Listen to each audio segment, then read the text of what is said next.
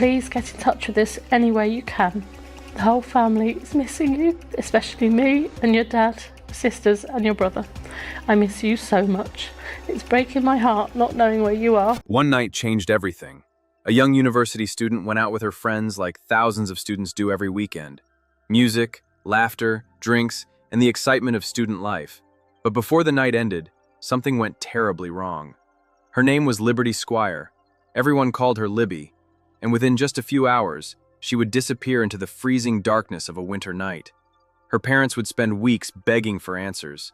Police would launch one of the largest investigations in the history of the region. Thousands of hours of security footage would be analyzed, frame by frame, and slowly, painfully, a timeline would emerge. A timeline that showed exactly how a normal night out turned into a tragedy. But to understand how everything unfolded, we need to go back to the beginning. Kingston upon Hull is a port city in East Yorkshire, England.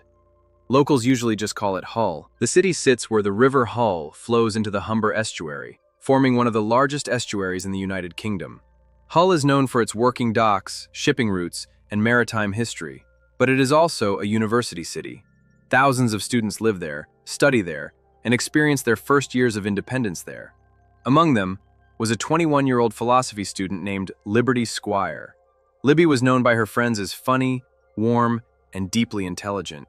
She loved conversation, ideas, and exploring the world around her. She had a quick sense of humor and an ability to make people feel comfortable almost instantly. Her family described her as caring and compassionate. She was very close with her parents, Lisa and Russell, and she adored her siblings. But like many young people, Libby had also struggled. During her teenage years, she dealt with mental health challenges, including an eating disorder and periods of self-harm. Her family later explained that Libby often placed enormous pressure on herself to succeed. Even so, she pushed forward. She worked hard in school, eventually earning the qualifications she needed to attend university. When she was accepted to study philosophy at the University of Hull, it felt like the start of a new chapter in her life. She took a gap year and traveled to Paris, gaining confidence and independence. When she returned to England, she felt ready to begin university life, and for a while, everything seemed to be going well. She made new friends, enjoyed student life, and was doing well academically. She also had a long-term boyfriend named Connor, who later described her as the most interesting person he had ever met. He once said something that would later become heartbreaking to hear. He said he always believed Libby was the one he would spend his life with. On the evening of January 31st, 2019, Libby left her student house on Wellesley Avenue. It was about 8:30 in the evening. She and a group of friends were heading to another nearby student house to spend time together before going out for the night. The plan was simple and familiar to anyone who has experienced university life. They would have some drinks, talk, play games, and then head to a nightclub called The Welly. At around 10 that night, Libby sent her boyfriend Connor a message. She said goodnight, but there was something unusual about that message. Libby told him she was leaving her phone at home. That meant that once she left the house, there would be no easy way for anyone to contact her. At the time, no one thought much of it. Students sometimes leave their phones behind when they go out drinking. It seemed like a small decision, but later, that detail would become extremely important. At around 11:20 at night, Libby and her friends arrived outside the nightclub. Security cameras captured the group approaching the entrance, but something was clearly wrong. Libby was extremely intoxicated. She struggled to stay on her feet and could barely walk straight. Her speech was slurred and difficult to understand. The security staff at the door made a decision. They refused to let her enter the club. Her friends tried to help her, stepping aside to figure out what to do. Eventually, they decided the best option was to send her home in a taxi. About 10 minutes later, they helped her into a cab. They gave the driver money and asked him to take her back to Wellesley Avenue. Then the taxi pulled away, and her friends went back inside the club. None of them knew that it would be the last time they ever saw her. At around 11:30 that night, the taxi arrived outside Libby's house. The driver later told police that he watched her step out of the car and walk toward the front door. From his perspective, it looked like she was going inside, but she never actually entered the house. Just minutes later, security cameras in the area picked her up walking through nearby streets. She was alone. She did not have her phone, and her house keys would later be discovered lying in the garden. Outside, the temperature was freezing. Snow covered the roads and the night air was bitterly cold. At around 11:40, two people walking nearby noticed something unusual. Libby was lying in the snow. She was crying and appeared confused. The two passers-by approached her and asked if she needed help, but Libby refused. She spoke in fragments and seemed disoriented. After a short time, she stood up and walked away again. A little later, a group of students also saw her wandering nearby. They invited her to come inside their house so she could warm up. Once again, she refused. She just kept walking. No clear direction, no clear destination, just moving through the cold night. At the same time, something else was happening nearby. Security cameras captured a silver Vauxhall Astra driving through the neighborhood. The car appeared again and again on different cameras. It was moving slowly, circling the same streets, for hours. There was no obvious reason for the driver to be there. Just before midnight, the car stopped near the end of a street. The driver stepped out. He looked around carefully, then he crossed the road toward Libby. At first, he returned to the car. Then he crossed the road again and started speaking with her. They stood there for several minutes. Something changed during that conversation, because after that moment, Libby began walking in a different direction. She was now walking with the man. At 12:08 in the morning, Libby got into the car, just a few yards from where it had been parked. Later, investigators would find her watch lying on the ground nearby. It had likely slipped off her wrist during that moment. The car drove away. Security cameras tracked its movements through the city streets. Soon it left the residential area and headed toward a dark, open space known as Oak Road Playing Fields. At 12:11 in the morning, the vehicle entered the field. 3 minutes later, something happened. A nearby resident suddenly woke up. He heard a woman screaming. The sound was loud enough to wake him from sleep. He checked his phone. It was 12:14 in the morning. When he looked out the window, he saw a man walking quickly toward a car. Moments later, headlights turned on. The vehicle drove away. No one ever saw Libby alive again. But the night was not over. Around 3 o'clock in the morning, two women were walking through another nearby street when something shocking happened. A man suddenly appeared in front of them. Right there in the road, he began masturbating. He did not run away. Instead, he watched their reaction, almost as if he was enjoying their shock and fear. The women later reported the incident to police, and that report would become one of the key pieces of evidence in the investigation. Because the description of the man matched the driver of the silver Vauxhall Astra, police quickly identified the owner of that car. He was a 24-year-old butcher named Pawel Relowicz. He was married and had 2 children. On the surface, he appeared to live a normal life. Neighbors described him as friendly and polite, someone who enjoyed going to the gym and spending time with his family. But detectives soon discovered something deeply disturbing. For nearly 2 years, Pawel had been secretly committing a series of crimes. He had been breaking into people's homes, watching women through their windows, following women on the streets late at night, stealing underwear from houses, and leaving behind used condoms. Sometimes he would expose himself to strangers. Other times he would simply watch from the shadows. Many of these crimes had never been solved because Pawel had no previous criminal record. His DNA was not in the national database until now. When investigators tested the DNA collected from those crime scenes, everything suddenly connected. All the evidence pointed to the same man, Pawel Relowicz. On February 6th, investigators made their move. Police arrested Pawel Relowicz on suspicion of abducting Libby Squire. For weeks, officers had been piecing together fragments of evidence. Now they wanted answers. Police searched his home. They searched his car, every corner, every compartment, every item that might explain what happened during those missing hours. What they found inside the vehicle immediately raised alarm. Dirty underwear, sex toys, used condoms. The items were scattered throughout the car, hidden but not well enough. Investigators also discovered photographs of women, pictures that appeared to have been taken secretly, without the women knowing. Some images showed women walking alone. Others appeared to be taken from a distance, watching, following. To detectives, the discovery painted a deeply disturbing picture. Many of the items inside the vehicle were later believed to be stolen, personal belongings that did not belong to him, objects taken from strangers. It suggested a pattern of behavior, a habit of watching, collecting, obsessing. At first, Relowicz denied everything.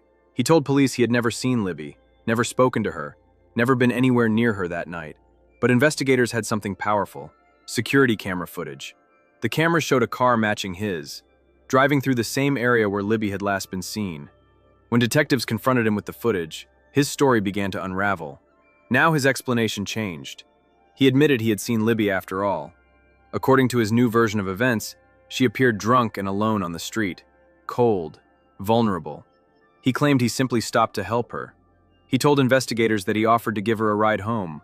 A simple act of kindness, he suggested. Instead, he said he drove her to Oak Road Playing Fields. He insisted that was where she got out of the car. According to him, that was the last time he saw her. After dropping her off, he claimed he drove straight home. Once there, he said he took a bath. Then he lay in bed and watched pornography on his phone. To him, it was an ordinary end to an ordinary night. But to investigators, the story raised far more questions than it answered, because the location he mentioned mattered. Oak Road Playing Fields was the exact place where residents had reported hearing something terrifying that night. Screams, loud, desperate, echoing through the darkness. His statement was not a confession. He never admitted harming Libby, but by his own words, he had just placed himself at the precise location where those screams had been heard. The timeline suddenly aligned. The missing hours, the abandoned phone, the witnesses. Everything was beginning to point in one direction. And for detectives working the case, the focus was now firmly on one man. Weeks turned into months. Search teams never gave up. They combed every inch of the surrounding areas. Volunteers joined the effort, standing shoulder to shoulder with police. Together, they scoured riverbanks, fields, and wooded areas. Divers plunged into the waterways, exploring every murky corner, searching for any sign of her. Despite the massive effort, the weeks dragged on with no answers. Families, friends, and investigators were left in a state of unbearable uncertainty. Then, 7 weeks after Libby Squire vanished, hope and horror collided. A fisherman, casting his net along the Humber estuary, spotted something floating. He pulled it in, only to realize the terrible truth: a body. Lifeless, cold, carried by the water. Around the neck was a pendant, a single letter engraved in silver: L. It was Libby. Forensic experts faced a grim challenge. The condition of her body made it almost impossible to determine the exact cause of death. Yet, some facts were undeniable. They confirmed she had been raped, a horrifying truth that sent shockwaves through everyone connected to the case. Investigators pieced together what they could. They believed her body had first been placed in water behind the playing fields near Oak Road Playing Fields. From there, the tides had carried her into the estuary.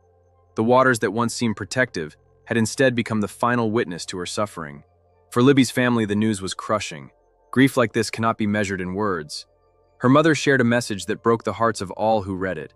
She expressed gratitude to her daughter for making her a mother, yet intertwined with that gratitude was unimaginable sorrow. She wrote that she was deeply sorry for failing to keep her child safe that night. The community mourned. A young life, full of promise, cut tragically short. And for those who had fought tirelessly in the search, the relief of finding her was overshadowed by the horror of what had been done. Libby's story became more than a disappearance. It became a somber reminder of the fragility of life, the cruelty some can inflict, and the enduring pain left behind for those who love. Even as investigations continued, the loss was permanent. Her family, friends, and community would forever carry her memory, alongside the haunting questions of how a night of innocence could end in such tragedy. Months later, the case finally reached the courtroom. The tension was palpable, and the eyes of the community were fixed on every detail. Prosecutors painted a chilling picture.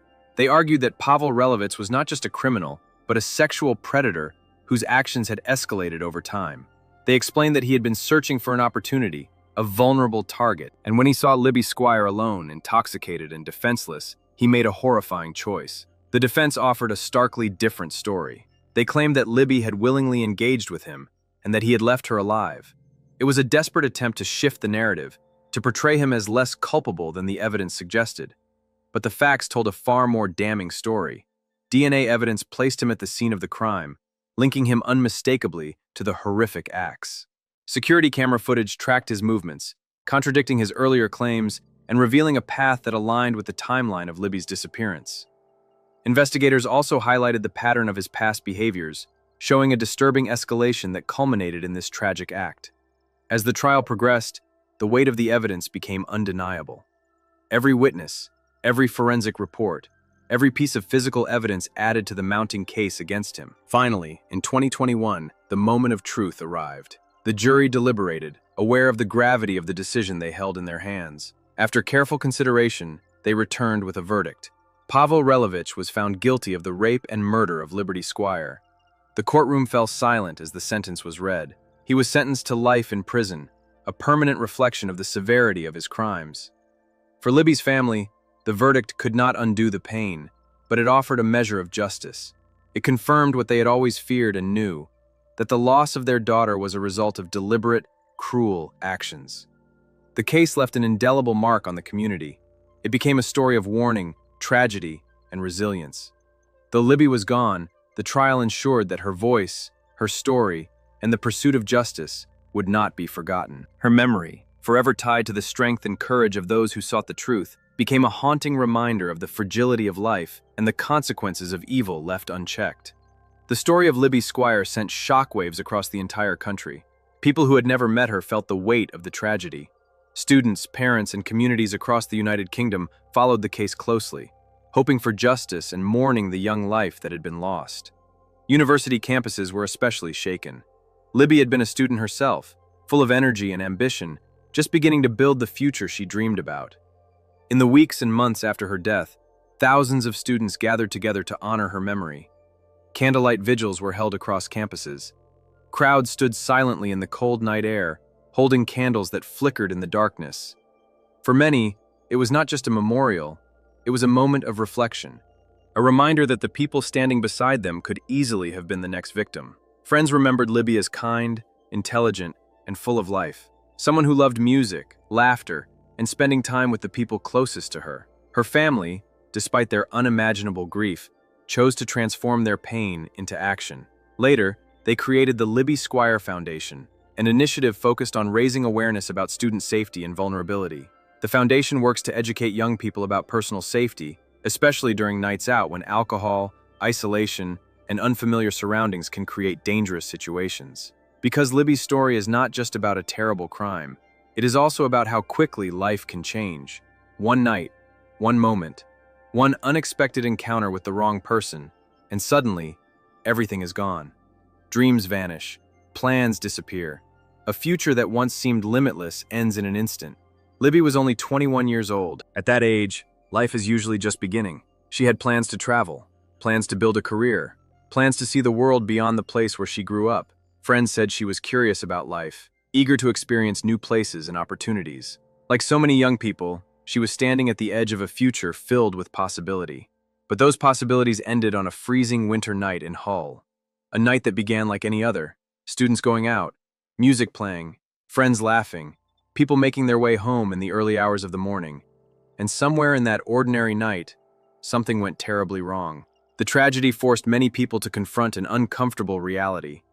Safety is fragile, even in familiar places, even in cities filled with people, even during moments that seem routine. Libby's story became more than a headline. It became a painful reminder shared across families, universities, and communities. A reminder to look out for one another, to never ignore vulnerability, and to recognize that a single moment can change countless lives forever. Today, Libby's name continues to be remembered not only for the tragedy that took her life, but for the awareness her story created. Her memory lives on through the work of her family, through the conversations her case sparked, and through every effort to make the world a little safer for young people walking home at night. Because while her life was tragically short, the impact of her story continues to echo far beyond that winter night.